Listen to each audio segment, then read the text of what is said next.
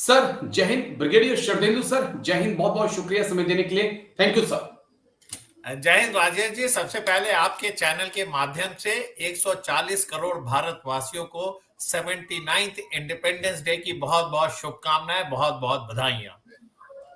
Thank you sir, बहुत बहुत शुक्रिया, आपने इस खास दिन वक्त दिया। दरअसल सर एक बड़ी अहम खबर आई, क्योंकि कई बार मेरी और आपकी अग्निवीर को लेकर बहुत चर्चा हुई, बहुत डीपली हमने बात की, लेकिन कुछ खबरें ऐसी निकलकर सामने आ रही हैं कि मिनिस्ट्री ऑफ डिफेंस एक बड़ा चेंज करने के लिए तैयार है, जिसमें जो इन्फेंट्री में अग्निवीर है वहां पर 75 to 80% को पक्का किया जा सकता है परमानेंट, बाकी को बाहर भेजा जा सकता है। जो एयर डिफेंस आर्टिलरी में है, आरटी में है, सिग्नल्स में है, इंजीनियर में है, वहां पर 80 to 85% को पक्का करने की बात आ रही है। और जो स्पेशल फोर्सेस में है, पैरा में है, उनको 100% जो है वो परमानेंट करने की बात सामने आ रही है। तो फिलहाल मिनिस्ट्री ऑफ डिफेंस का, एमओडी का तो कुछ भी कहना नहीं है, लेकिन ये सोर्सेस हमारे बता रहे हैं। तो किस प्रकार से हम इस खबर को देखें, क्या वाकई में एक चेंज हो सकता है?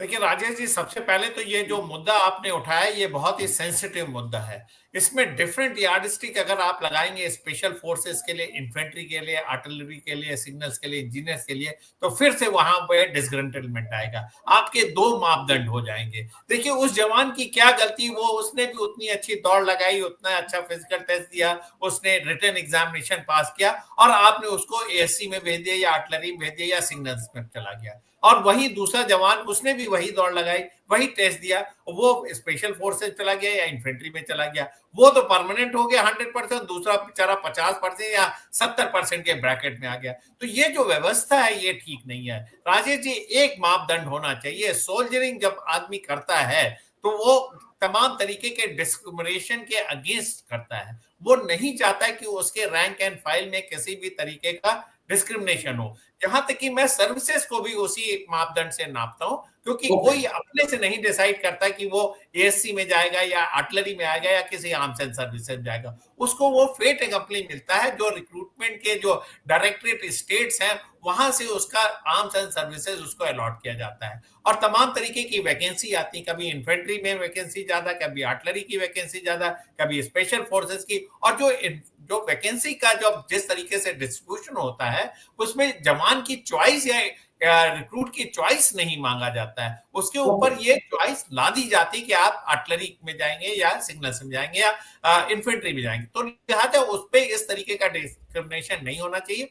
मेरा मानना है कि अगर आप 100% नहीं कर सकते हैं तो इस मापदंड को आप 80% या 85% या 90% कर सकते हैं। 10% लोगों के लिए फिजिकल हैंडीकैप हो सकता है, एडजस्टमेंट प्रॉब्लम हो सकता है, स्किल को पिकअप नहीं कर सकते, तो वो पैरामिलिट्री फोर्सेज या अल्टरनेटिव अपॉइंटमेंट में जा सकते हैं। लेकिन जो भी मापदंड अपना है मिनिस्ट्री ऑफ डिफेंस या रिक्रूटमेंट का जो भी आप मापदंड है वो यूनिफॉर्म होना चाहिए, जिससे कि एक सेटिस्फैक्शन लेवल आता है और जो सोल्जर्स हैं उसमें किसी भी तरीके का डिस्क्रिमिनेशन आर्म्स एंड सर्विसेज के बेसिस पे नहीं होता। लेकिन एक दो सवाल मेरे और हैं जो बड़े इंटरेस्टिंग है कि अचानक ऐसा क्या हुआ कि पिछले हम 1-1.5 साल से देख रहे थे कि अग्निवीर की चर्चा नहीं हो रही थी, लेकिन अचानक से अग्निवीर को लेकर चर्चाएं फिर से शुरू हो गई हैं। मेन स्ट्रीम मीडिया इस मुद्दे पर अब बात करने लगा है।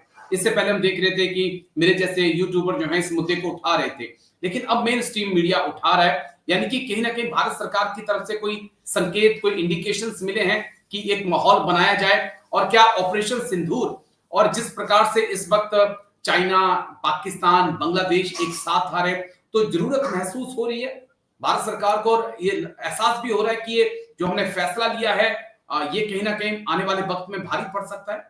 सर राजेश जी, आपके माध्यम से मैं ये जरूर बोलना चाहूंगा कि जो ऑपरेशन सिंदूर है इसने कई तरीके के हमारे ऑपरेशनल और स्ट्रेटेजिक लेसन्स को ओपन किया है। तमाम तरीके की वो विधियां जिसको हम आज की डेट में इंप्लीमेंट कर रहे थे उसके लिए हमें रीअसेस करने के लिए बाध्य किया, और उसमें अग्निवीर एक कॉन्सेप्ट है। एक हमने इंडिजनाइजेशन और स्वावलंबन का जो कॉन्सेप्ट दिया है वो देखिए फ्रूटफुल साबित होता जा रहा है। अगर आप दूसरे कंट्री पे डिपेंडेंट रहेंगे तो at the time of crisis दूसरा कंट्री प्ले अप नहीं करेगा। वहीं आप अग्निवीर की अगर हम बात करें कि आज की डेट में ऑपरेशन सिंदूर ने इतना बड़ा लेसन दिया है कि आप देखिए पाकिस्तान, चाइना और जिस तरीके से दोनों ने मिलके तमाम तरीके के एयर डिफेंस इक्विपमेंट, ड्रोन और डीप स्ट्राइक एयरक्राफ्ट का जो संचालन किया है, वो एक आई ओपनर है। पाकिस्तान, चाइना दो अलग एंटिटी आप नहीं मान सकते, दोनों मिलके देखिए युद्ध लड़ रहे हैं, और साथ में बांग्लादेश का फ्रंट, साथ में म्यांमार। आपकी सिक्योरिटी का अगर आप री एनालिसिस करेंगे तो आपको तमाम ट्रूप्स की जरूरत पड़ेगी। साउथ एशिया में जो लड़ाई का माहौल है वो कॉन्टैक्ट बैटल भी है, डिस्टेंस वॉर भी है, हाईटेक वॉरफेयर भी है, मल्टी डोमेन ऑपरेशन की अब बात होती है। इन सारों के लिए आपको सजग रहना है। एक तरफ ईसीसीएम का कितना बड़ा इफेक्ट है, कितना जैमिंग हुआ, कितने तरीके से आपने उनके रडार को पेनिट्रेट करके डिस्ट्रक्शन किया, तो उसमें आपको मैन पावर चाहिए, टेक्निकल मैन पावर चाहिए, और साथ में इन्फिल्ट्रेशन का ब्रिड, साथ में जेएनके जैसे सेंसिटिव स्टेट, मणिपुर, वहां म्यांमार का बॉर्डर, इधर बांग्लादेश का बॉर्डर एक्टिविटी, तमाम जगह आपको मैन पावर चाहिए, आपको बॉर्डर सील करने के लिए ट्रुप्स चाहिए।